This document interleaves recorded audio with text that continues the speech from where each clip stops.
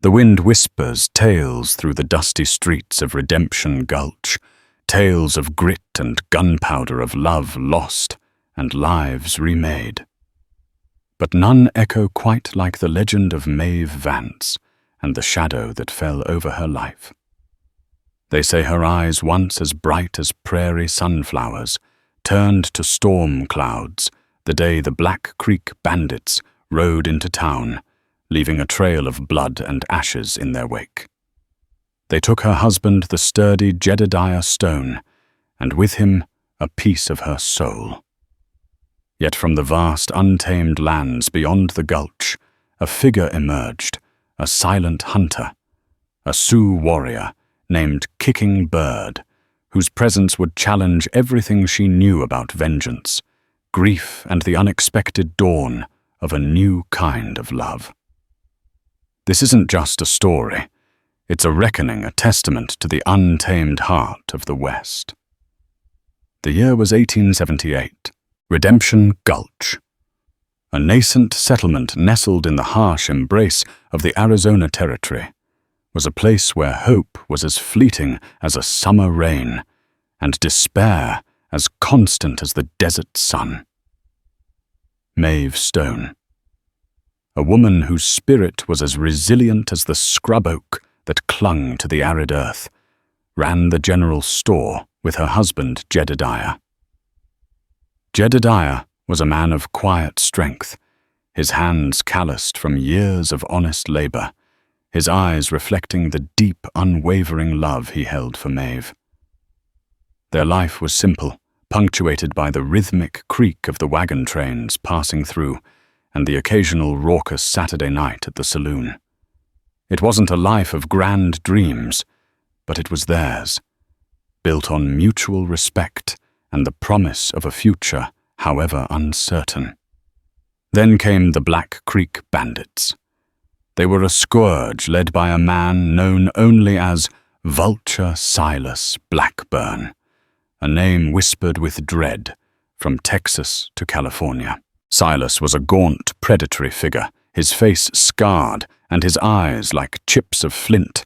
His gang, a motley crew of hardened criminals, rode with a brutal efficiency that left little behind but desolation. The day they descended on Redemption Gulch began like any other. The sun was climbing, painting the eastern sky in hues of orange and purple. Maeve was stacking cans of peaches, the sweet preserved scent filling the air, while Jedediah bartered with a prospector over a bag of flour. Suddenly, the tranquility shattered. The crack of gunfire echoed through the gulch, followed by the terrified screams of townsfolk. Jedediah, ever the protector, pushed Maeve behind the counter. "Stay down, Maeve. Don't move," he yelled, his voice strained. He grabbed his old Winchester, a relic from his Union Army days, and peered cautiously out the door. The bandits were everywhere, their horses kicking up dust, their shouts a cacophony of menace. Maeve watched, her heart a drumbeat in her ears, as Jedediah took aim. He was a good shot, steady and true. He managed to fell 2 of the outlaws before Silas Blackburn himself rode up his face, a mask of cold fury. Silas, a master of deception and ruthless efficiency, had anticipated resistance. He dismounted, a Colt peacemaker glinting in his hand, and moved with a chilling grace. Jedediah fired again, but Silas was faster. A single shot rang out, sharp and final. Jedediah staggered, a crimson stain blossoming on his chest. He fell backward, his eyes wide, fixed on Maeve. "Maeve, run!" He choked out his hand, reaching for her, before his gaze glazed over. The world narrowed for Maeve. The shouts, the gunfire, the chaos outside faded into a distant hum. All that remained was Jedediah lying lifeless on the rough wooden floor, his hand outstretched, forever out of reach. A primal scream tore from her throat, a sound of pure, unadulterated grief and desolation. The bandits ransacked the store, their boots clattering over the floorboards, their laughter harsh and uncaring. They took what they wanted: money supplies, anything of value. Silas Blackburn paused for a moment, his eyes devoid of any empathy sweeping over Maeve. He saw her kneeling beside her dead husband, her body racked with sobs. A cruel smile touched his lips. "Consider yourself lucky, woman," he rasped. "We don't usually leave witnesses." Then, with a curt nod to his men, he mounted his horse and rode away, leaving behind a shattered town and a woman consumed by a grief so profound it threatened to swallow her whole. In the aftermath, the townsfolk, shell-shocked and wary, offered their condolences. Sheriff Brodie McTavish, a grizzled lawman whose spirit had been dulled by years of trying to bring order to the untamed West, placed a comforting, albeit clumsy, hand on Maeve's shoulder. "I'm so sorry, Maeve," he mumbled, his voice thick with regret. "We'll get 'em. I promise you we'll get 'em." But Maeve barely heard him. Her world had collapsed. The future she had envisioned, the quiet life with Jedediah, had been ripped away in a hail of gunfire. The only thing that remained was a burning, unyielding desire for vengeance. Maeve buried Jedediah under a solitary mesquite tree outside of town, the harsh, unforgiving earth mirroring the bitterness in her soul. She etched his name into a rough wooden cross, her tears mingling with the dust. Life in redemption. Gulch became a monochrome existence. She reopened the store, going through the motions, her movements mechanical, her eyes vacant. The vibrant woman she once was had been extinguished, replaced by a ghost haunted by the echo of gunfire and the memory of Jedediah's dying gaze. The townsfolk, while sympathetic, kept their distance, unsure how to comfort a grief so absolute. Maeve was alone, adrift in a sea of sorrow, convinced that her heart would forever remain a barren wasteland. Weeks bled into months. The raw edges of Maeve's grief began to dull, replaced by a cold, simmering rage. The promise of Sheriff McTavish that the Black Creek bandits would be brought to justice remained unfulfilled. The West was vast, and outlaws like Silas Blackburn melted into its immensity like smoke. Maeve knew deep in her gut that if justice was to be served, it would have to be by her own hand.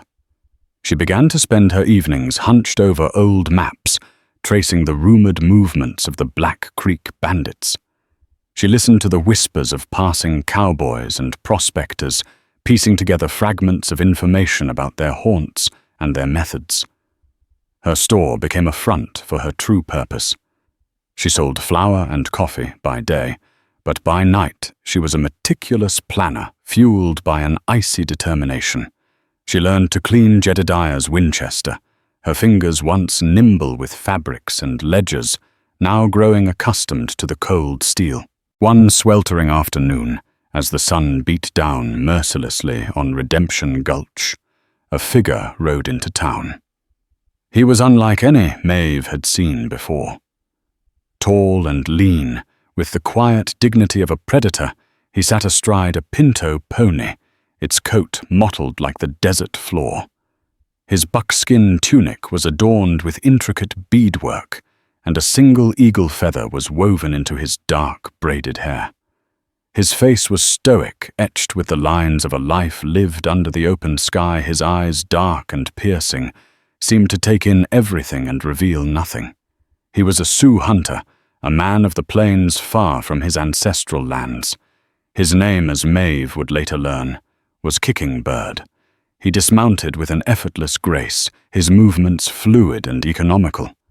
He carried no firearms visible, only a sturdy bow and a quiver full of feathered arrows. The townsfolk, accustomed to the rough and tumble cowboys and prospectors, watched him with a mixture of curiosity and apprehension. His presence was a stark contrast to the familiar chaos of the gulch. He was a silent, imposing force. Kicking Bird walked directly to Maeve's general store. His gaze, unblinking, met hers. Maeve, despite her hardened heart, felt a flicker of something she hadn't felt in a long time, a sense of being truly seen. He spoke in a low, resonant voice, his English accented but clear. "I seek supplies. Salt flour, cured meat."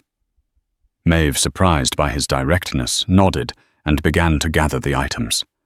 As she worked, she felt his eyes on her.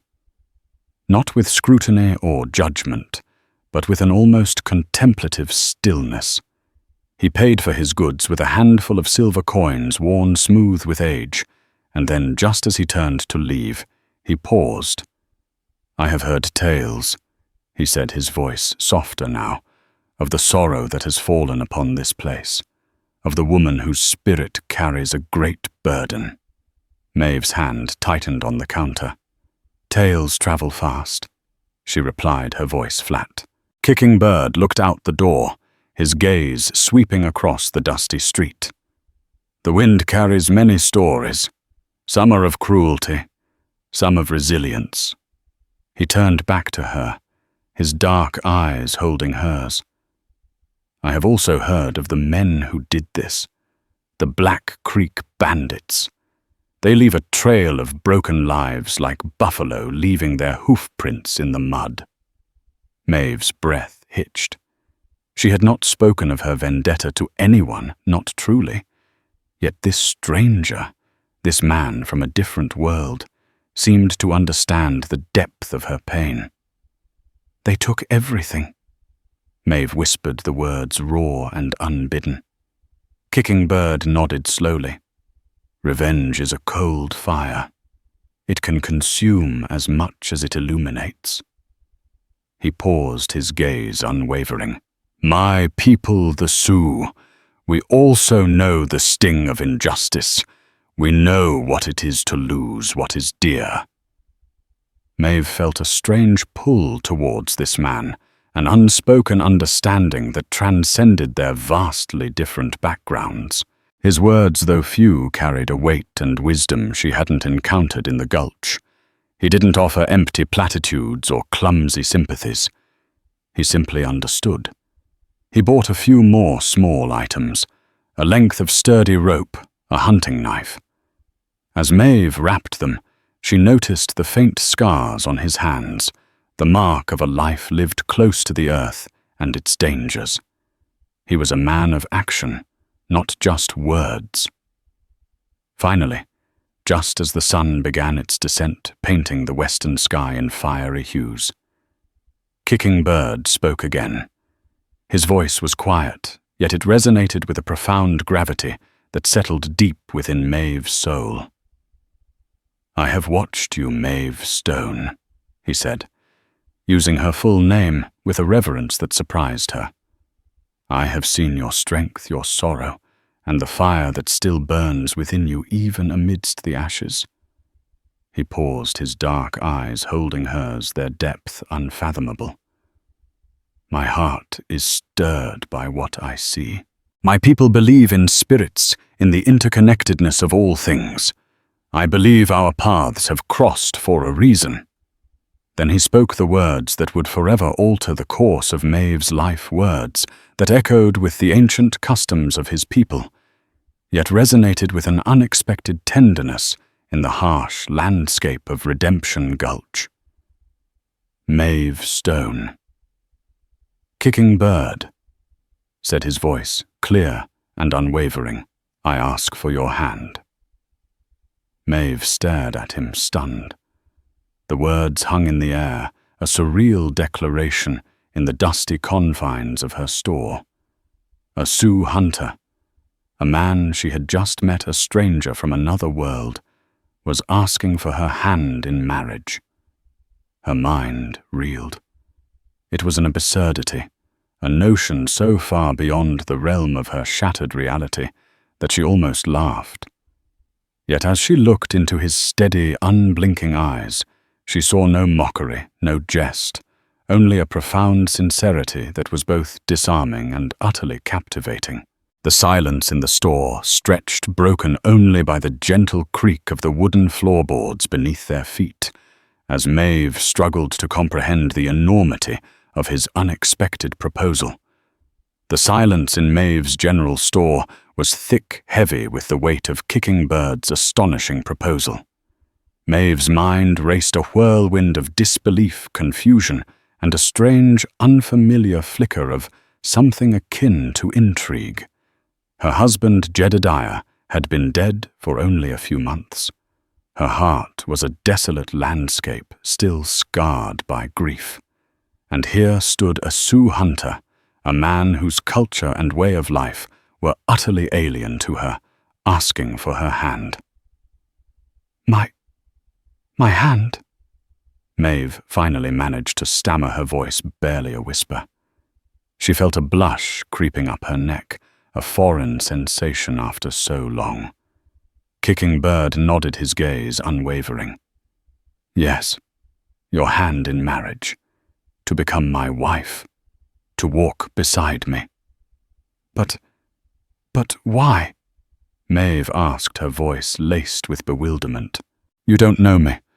I'm a widow. My life is complicated. And you are a Sioux. Our worlds are different. The earth beneath our feet is the same. Kicking Bird replied, his voice calm and even. The sun shines on us both. Grief knows no color, and strength respects no tribe. He took a step closer, his presence commanding yet gentle. I have seen your heart, Maeve Stone. It is strong like the mountains. It has known great sorrow, but it has not broken. My spirit calls to yours. He explained with a quiet dignity the customs of his people.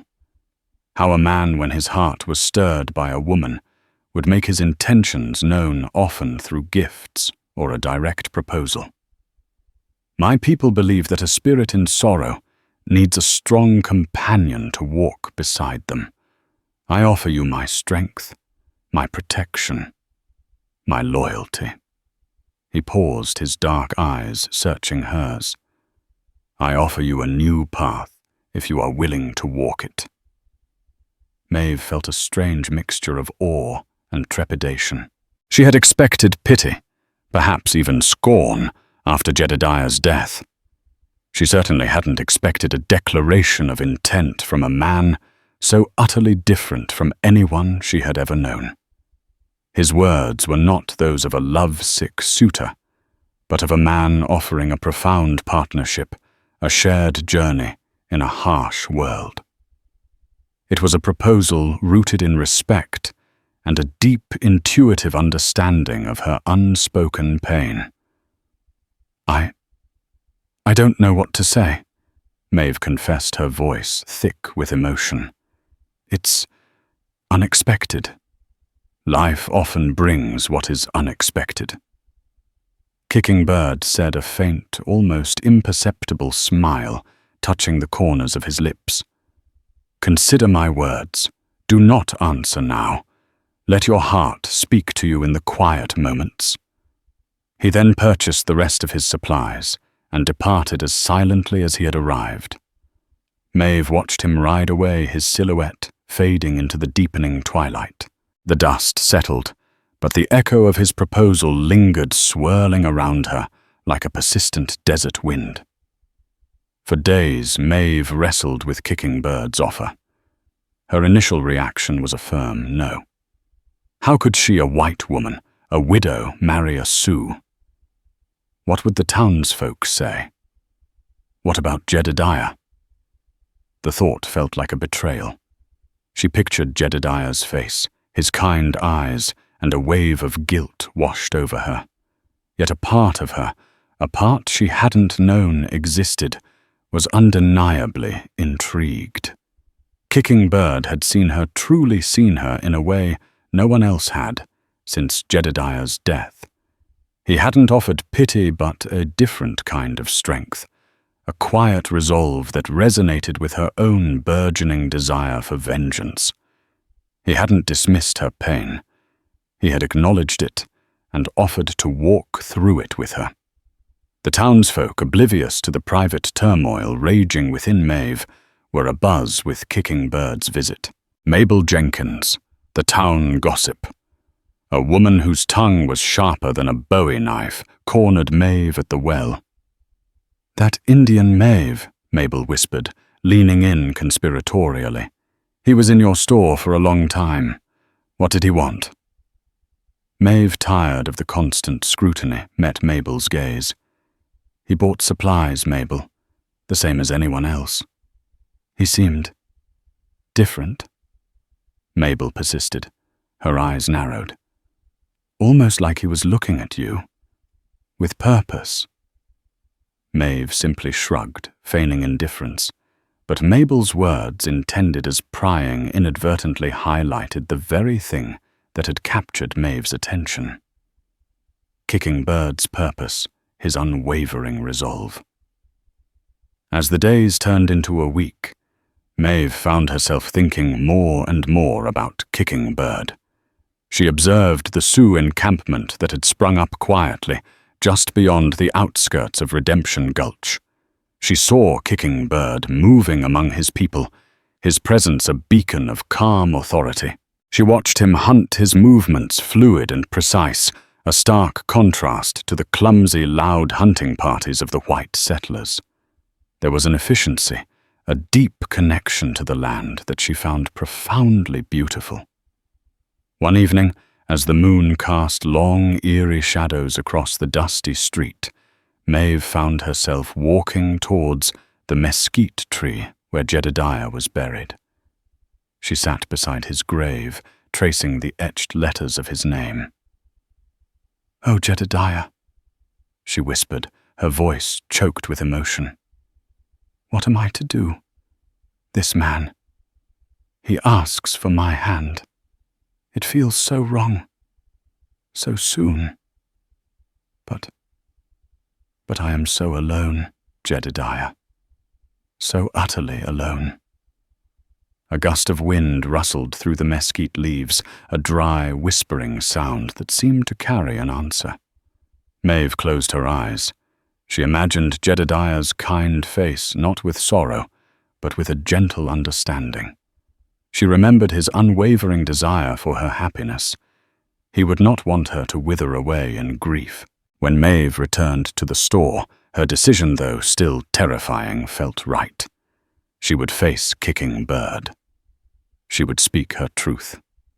The next morning, as the sun painted the eastern horizon with streaks of crimson and gold, Kicking Bird rode back into Redemption Gulch. He dismounted at Maeve's store, his eyes searching, expectant. Maeve stepped out onto the porch, her heart pounding in her chest. She looked at him. Truly, looked at him, seeing past the buckskin and the feathers to the man beneath. A man of honor, strength, and quiet resolve. "Kicking Bird," she began, her voice trembling slightly, but gaining strength with each word. "I have considered your words deeply." He waited patiently, his gaze steady. "My heart is still broken." Maeve continued, her voice raw. "The shadow of Jedediah's death still hangs heavy over me.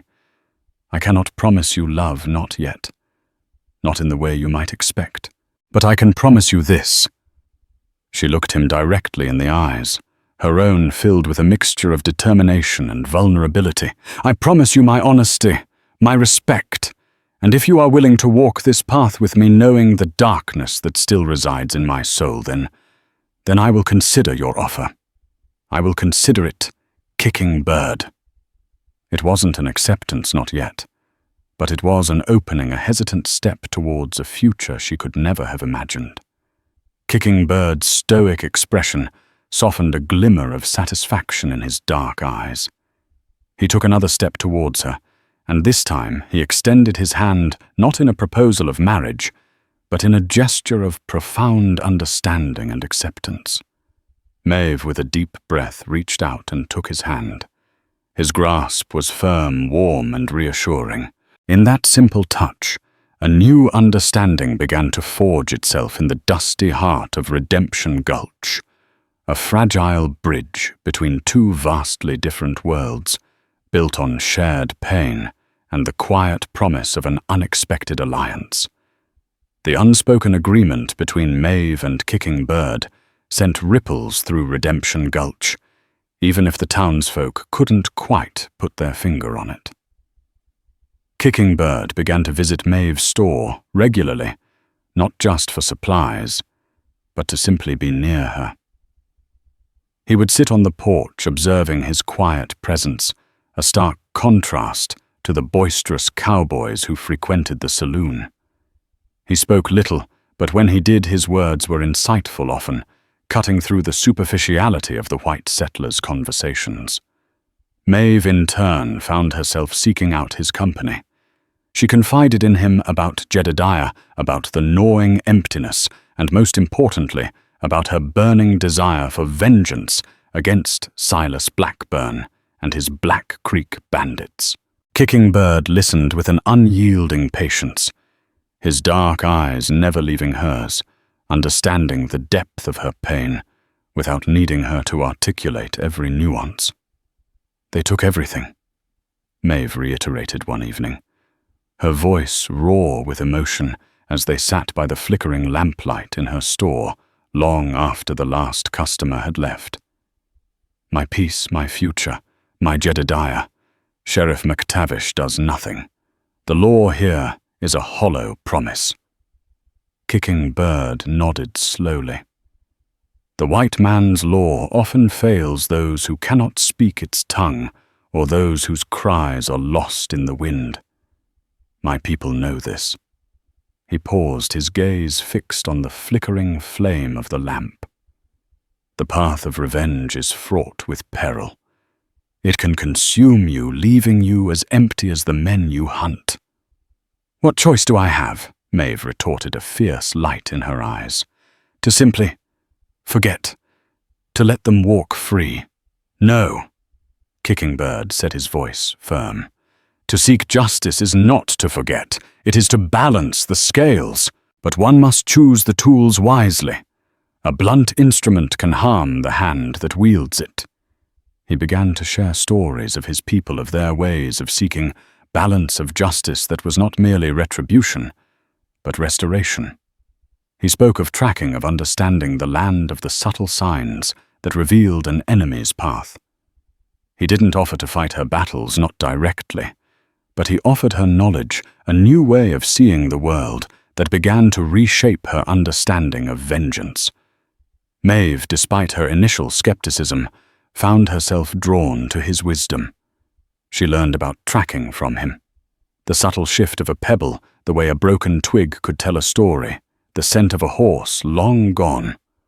He showed her how to read the wind, how to move silently, how to observe the world around her with a sharpened focus.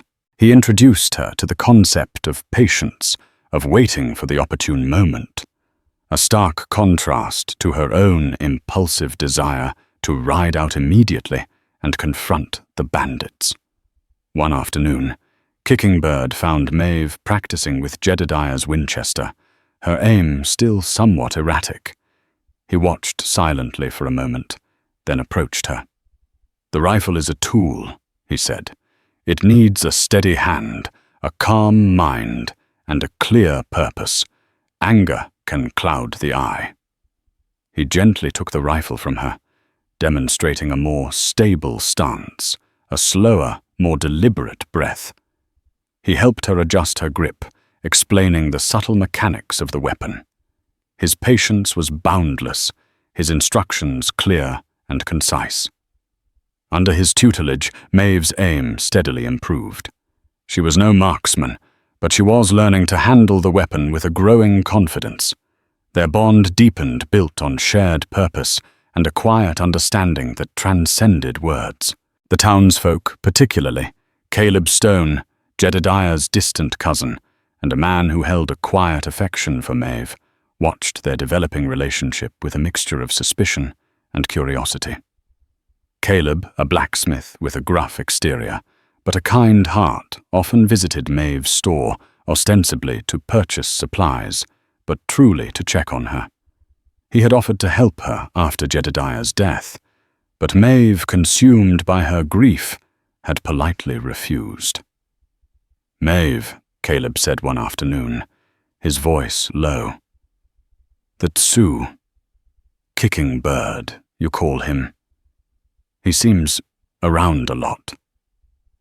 Maeve met his gaze, her chin held high. "He's a good man, Caleb. He's helped me." "Helped you with what?" Caleb pressed a hint of concern in his voice. "He's an Indian. Their ways aren't our ways." "Perhaps," Maeve replied, a hint of steel in her voice. "But perhaps their ways hold wisdom we've forgotten." Caleb shook his head, clearly unconvinced. "Just be careful, Maeve. The West is a dangerous place, and sometimes the dangers aren't just outlaws." His words were a veiled warning reflecting the deep-seated prejudices of the time. Maeve dismissed his concerns. She knew the dangers. She lived with them every day. But Kicking Bird was not a danger. He was becoming an ally, a guide in her lonely quest. Their alliance extended beyond training. Kicking Bird, with his deep knowledge of the land, began to gather intelligence on the Black Creek bandits. He would disappear for days, returning with invaluable information, gleaned from his tracking from conversations with other tribes and from the subtle signs he read in the wilderness. He learned of their preferred hideouts, their supply routes, and their patterns of movement. He discovered that Silas Blackburn had a reputation not just for cruelty, but for cunning. Silas was intelligent, anticipating traps and planning his raids with a predatory precision. He never stayed in one place for long, moving his gang, constantly making them elusive targets. Kicking Bird also learned of a woman who rode with the Black Creek bandits, a fierce and deadly sharpshooter named Scarlet Maeve O'Malley. A whisper of red hair and a cold, calculating gaze, rumored to be Silas's right hand. The information Kicking Bird brought back was chilling, yet it fueled Maeve's resolve. She now had not just a target, but a map, a strategy, a growing understanding of the enemy. The raw, impulsive grief that had driven her initially began to transform into a calculated determination. She was still consumed by the desire for justice, but now she had a partner, an unexpected guide who was helping her channel her rage into a focused weapon.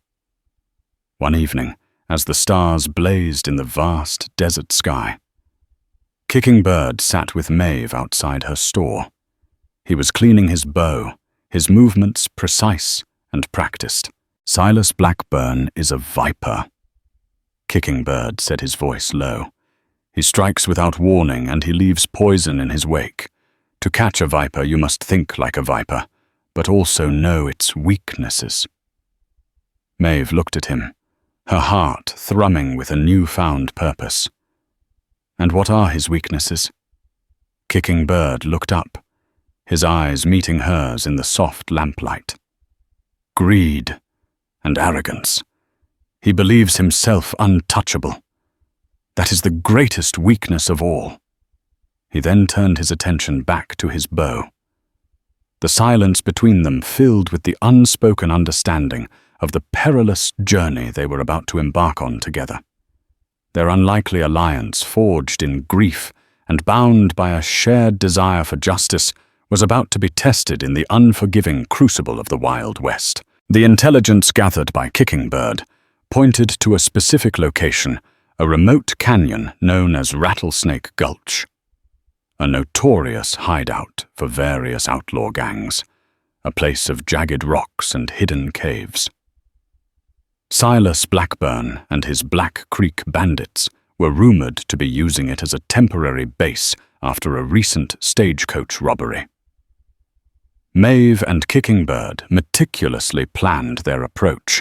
Kicking Bird, with his intimate knowledge of the terrain, mapped out hidden trails and potential escape routes. He taught Maeve how to move through the rough landscape with minimal noise, how to find cover, and how to anticipate danger. He insisted on patience, a virtue Maeve found herself begrudgingly adopting.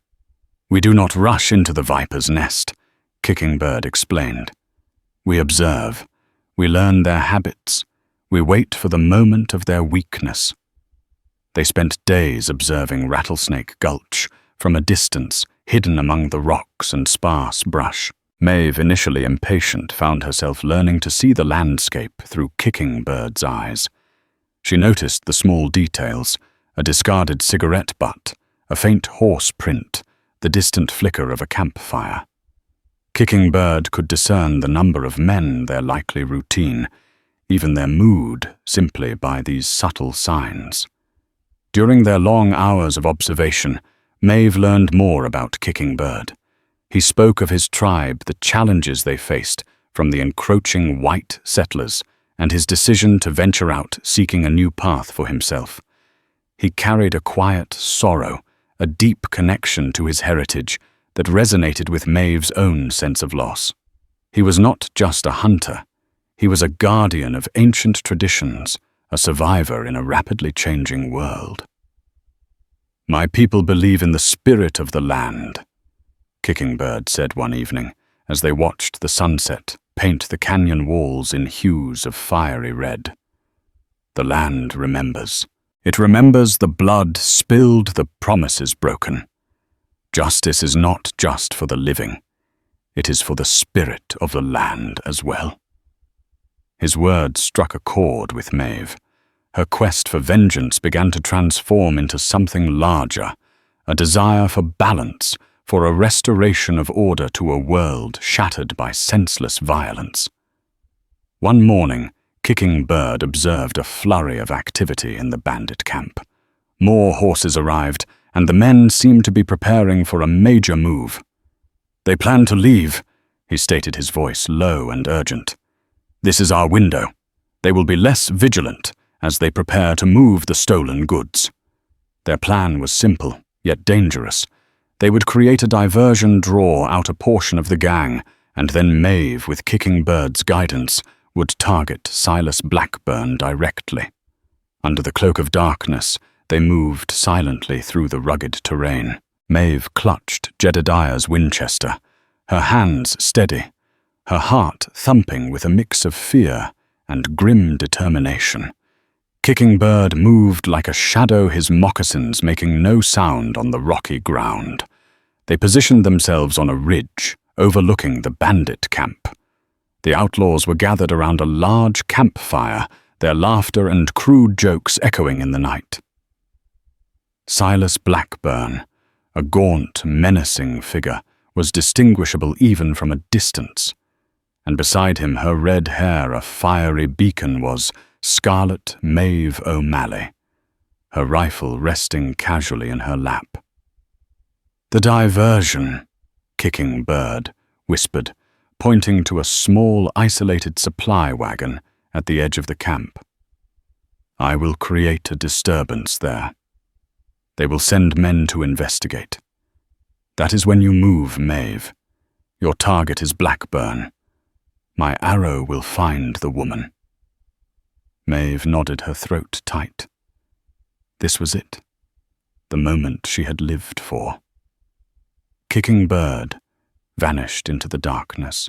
A few minutes later, a sudden loud clang echoed from the direction of the supply wagon, followed by a shouted curse.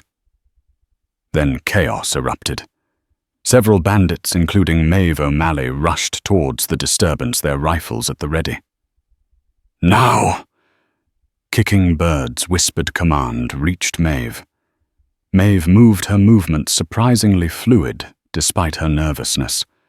She scrambled down the rocky slope, aiming for a cluster of boulders that would provide cover.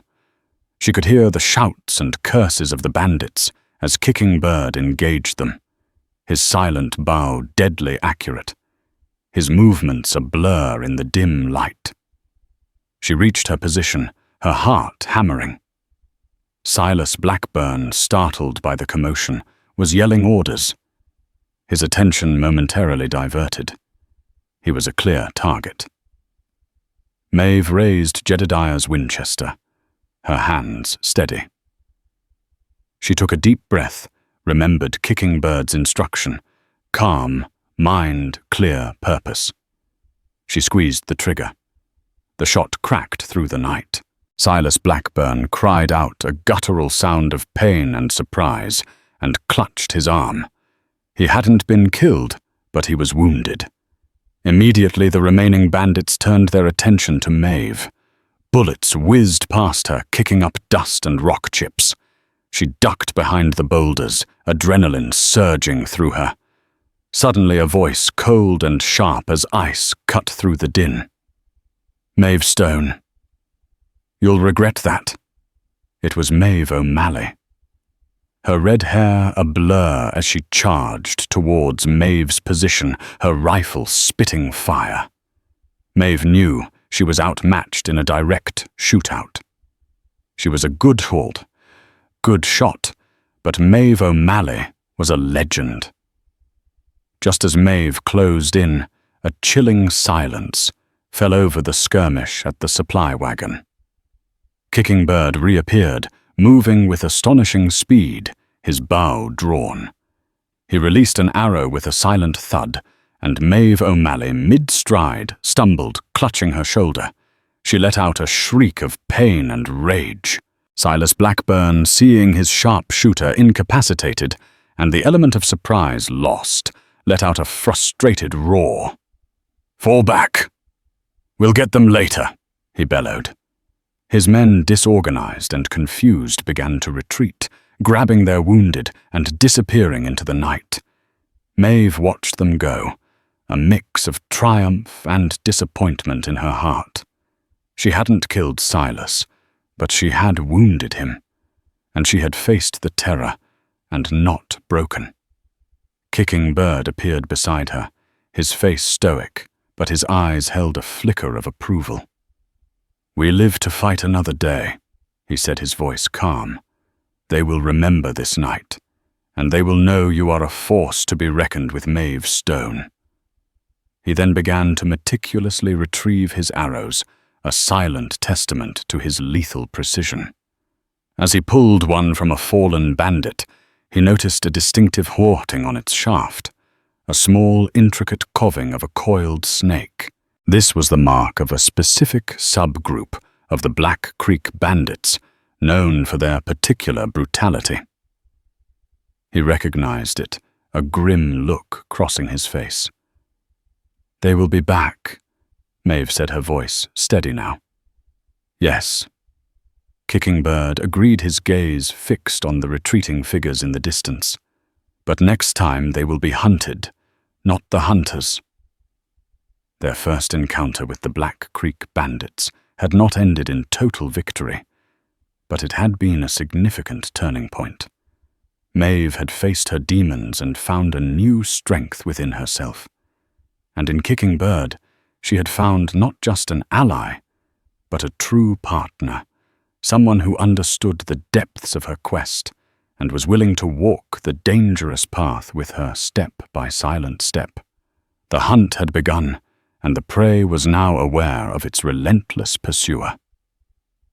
News of the skirmish in Rattlesnake Gulch reached Redemption Gulch faster than the dust storms that swept across the plains.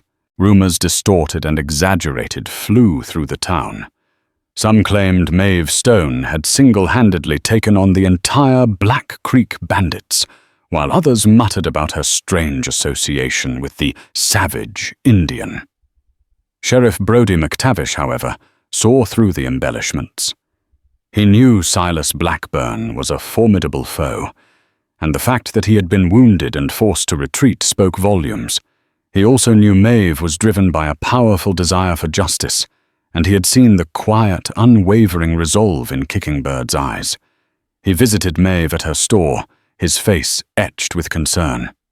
"Maeve," he began, his voice low, "I heard what happened. You and Kickingbird. That was a foolhardy thing to do. You could have been killed. And what would you have done, Sheriff? Maeve challenged, her eyes flashing. Waited for them to ride into town and kill more innocent people. Waited for them to disappear into the vastness of this territory, never to be seen again. McTavish sighed, running a hand through his grizzled hair. It's my job to bring them in, Maeve. Not yours, not his. He gestured vaguely in the direction Kicking Bird had gone. Your job has been slow, Sheriff. Maeve retorted, her voice hardening. My Jedediah is dead because of their slowness. McTavish conceded the point with a weary nod. He had tried, but the resources were few, the territory vast, and the outlaws cunning.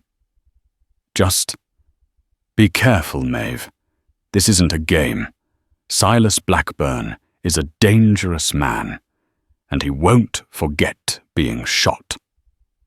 His words were a warning, but also Maeve sensed a begrudging acknowledgement of their effectiveness. Meanwhile, Caleb Stone, Jedediah's cousin, became increasingly agitated by Maeve's alliance with Kicking Bird. He saw it as a dangerous deviation from acceptable society, a betrayal of Jedediah's memory. Maeve, you can't trust that. That wild man, Caleb pleaded one day, his voice strained with worry. He's not one of us. He'll lead you into trouble you can't imagine. He's helping me, Caleb, Maeve said firmly. He understands what I want. He understands what was taken from me. And what about Jedediah? Caleb pressed, hitting a raw nerve. Would he want you riding with an Indian chasing after outlaws like some common bandit yourself? Maeve flinched. Jedediah would want me to find peace, Caleb, and right now justice is the only path to it. Caleb shook his head, his face a mixture of sadness and frustration. Their friendship, once a quiet comfort, was strained by Maeve's choices. As the weeks passed, Silas Blackburn's wound healed, but the sting of humiliation festered. He sent out feelers, his network of informants, spreading like a venomous vine across the territory. He knew Maeve Stone was behind the attack, and he knew who her silent partner was. He wouldn't forget. He wouldn't forgive. One afternoon, a lone rider, a grizzled prospector known for his wanderings, stumbled into Redemption Gulch, his horse lathered with foam. He burst into the saloon, gasping for breath. Blackburn, he wheezed, pointing west. Silas Blackburn. He's riding towards Redemption Gulch, and he's bringing hell with him. Panic rippled through the saloon. Silas Blackburn, wounded and humiliated, was coming for revenge. Maeve heard the shouts from her store. Her heart leaped into her throat, but it wasn't fear that gripped her. It was a cold, hard resolve. She grabbed Jedediah's Winchester. Kicking Bird, who had been absent for a few days on a scouting mission, rode into town just as the news spread like wildfire. He dismounted, his face grim, having already sensed the shift in the wind. He comes, Kicking Bird said, his eyes meeting Maeve's. He comes for you, for me, for this town. The townsfolk scrambled, boarding up windows, grabbing what meager weapons they had. Sheriff McTavish, despite his earlier reservations, began to organize a defense, though he knew their chances were slim. The Black Creek bandits were a force to be reckoned with. We cannot fight them in the open, Kicking Bird stated, his voice calm amidst the rising panic. Their numbers are too great, their firepower too strong. We must draw them into the narrow streets, where their numbers will work against them. He quickly surveyed the town, his eyes scanning the buildings, the alleys, the strategic vantage points. He pointed out where barricades could be erected, where the few armed townsmen could take cover. Maeve, her mind racing, understood his strategy. They would turn Redemption Gulch into a deadly maze. Sheriff McTavish, seeing the clear logic in Kickingbird's tactical assessment, surprisingly agreed. "He's right," the sheriff barked, his voice regaining its authority. "Listen to him. Move those wagons. Barricade the main street. Get the women and children into the church basement." Caleb Stone, initially hesitant, watched Kickingbird's decisive actions. The Sioux hunter was not just a tracker. He was a natural leader, his quiet authority calming the panicked townsfolk. Caleb, seeing the true danger, put aside his prejudices and grabbed his hammer and nails, joining the effort to barricade the streets. Maeve stood beside Kickingbird, her heart thumping, but her mind clear. She looked at him, a silent question in her eyes. "This is not just about vengeance now, Maeve," Kickingbird said, as if reading her thoughts. "This is about protecting these people, protecting what little peace remains in this land." As the distant thunder of hooves grew louder, announcing the approach of Silas Blackburn and his gang, Maeve gripped Jedediah's Winchester. She looked at Kickingbird, at the quiet strength in his eyes, at the shared purpose that bound them. She no longer felt alone. The Wild West drama. Her husband was killed by outlaws. A Sioux hunter rode into town and asked for her hand, had transformed into a desperate struggle for survival. A testament to the unexpected alliances forged in the crucible of conflict and the enduring power of a bond that transcended societal divides. The sun beat down relentlessly on Redemption Gulch, casting long, distorted shadows as Silas Blackburn and his Black Creek bandits thundered into town. The barricades hastily erected offered a flimsy defense, but the narrow streets and the determined faces of the townsfolk showed a newfound resolve. Silas, his arm still bandaged from Maeve's shot, reined in his horse, his eyes blazing with a cold fury. "Redemption Gulch!" he roared, his voice echoing through the dust-filled air. "You dared to defy me. You harbored my enemies. Now you will pay." He gestured to his men, and they charged, their rifles blazing. The battle for Redemption Gulch had begun. From their strategic positions, Maeve Kickingbird, Sheriff McTavish, and a handful of armed townsmen, including Caleb Stone, met the assault. Kickingbird, a blur of motion, moved from cover to cover, his arrows, finding their marks with chilling precision. He targeted the bandits' horses, dismounting the riders and throwing their formation into disarray. Maeve, positioned on the second floor of her general store, used Jedediah's Winchester with deadly accuracy. She had learned well from Kickingbird. She didn't waste shots aiming for critical hits, her face a mask of grim determination. She saw Silas Blackburn, still mounted, shouting orders, trying to rally his men. He was a difficult target, moving constantly. Sheriff McTavish, despite his age, fought with the ferocity of a cornered badger, his old Colt spitting fire. Caleb Stone, using his blacksmith's hammer, defended the entrance to the church basement, where the women and children were sheltered. The battle raged. The air was thick with the scent of gunpowder and dust, punctuated by the crack of rifles and the shouts of men. The bandits, initially confident in their superior numbers, found themselves caught in a deadly trap. The narrow streets which they had hoped to dominate became a gauntlet of surprising resistance. Scarlet Maeve O'Malley, her shoulder still bandaged, emerged from the chaos, her eyes fixed on Maeve's position. She saw Maeve, rifle in hand, and a venomous snarl twisted her lips. "You!" she shrieked, raising her own rifle. Maeve saw her too. This was the woman who rode with Silas, the one who had watched Jedediah die without a flicker of remorse. A cold rage surged through her. She took aim, but Maeve was fast firing first.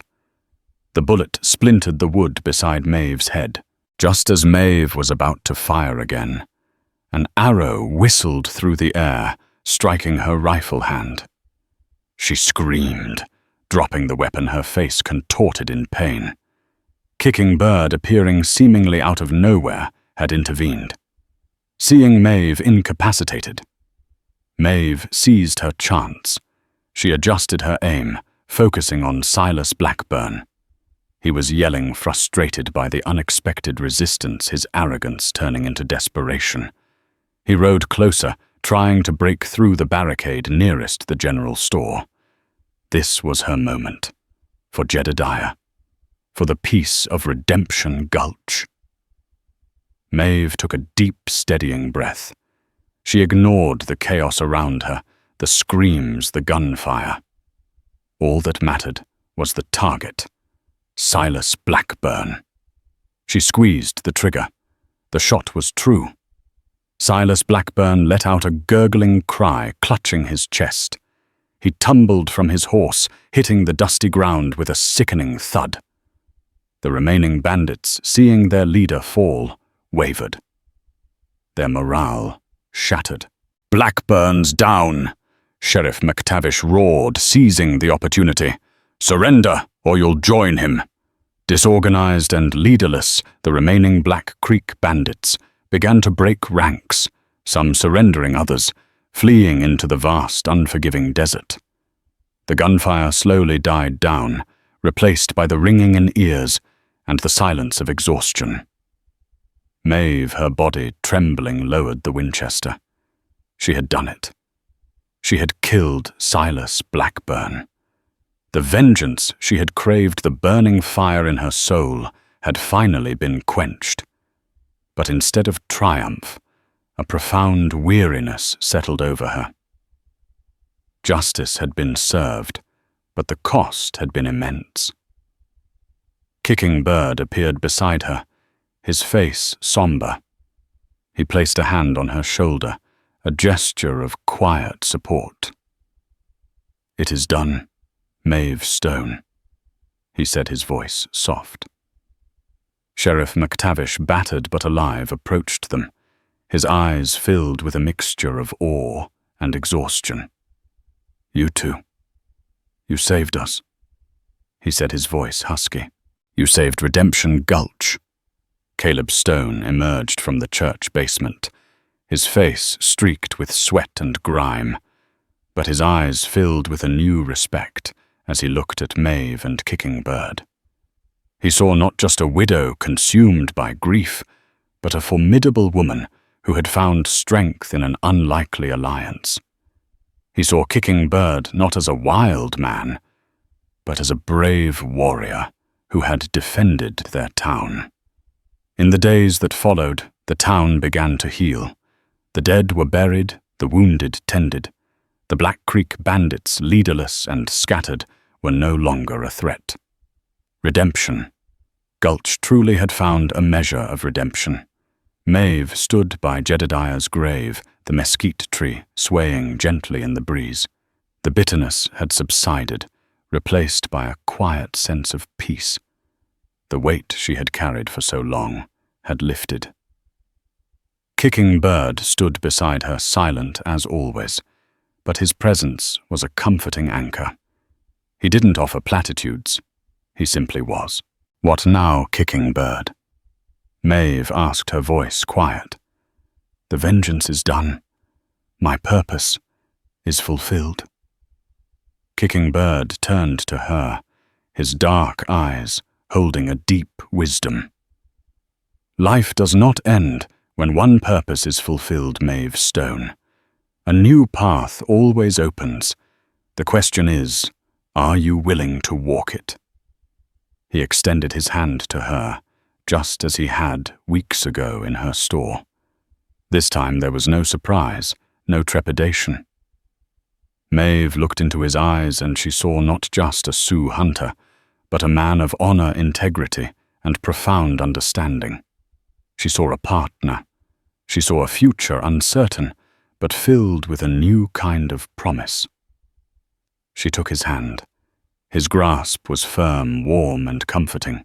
The dust of redemption, Gulch, settled around them, but the future for Maeve Stone and Kicking Bird was beginning to unfurl a testament to the enduring power of human connection, the unlikely bonds forged in the crucible of the Wild West, and the unexpected dawn of a love born from the shared hardship and a common quest for justice. Their story, whispered through the wind, would become a legend in the annals of the untamed frontier, a testament to resilience, redemption, and the enduring human spirit. The saga of Maeve Stone and Kicking Bird isn't merely a tale of vengeance, but a powerful testament to resilience, the forging of unexpected bonds, and the extraordinary paths life can lead us down. It's a reminder that even in the darkest of times, hope can emerge from the unlikeliest of places, and true strength lies not just in wielding a weapon, but in the courage to embrace a future beyond the shadows of the past.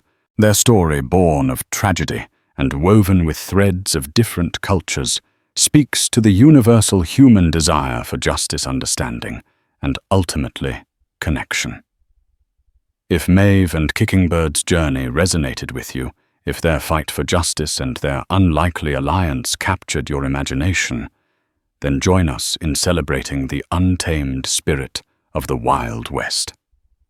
Like this video, share it with fellow enthusiasts of compelling stories, and subscribe to our channel for more narratives that explore the depths of human courage and the enduring legends of the frontier.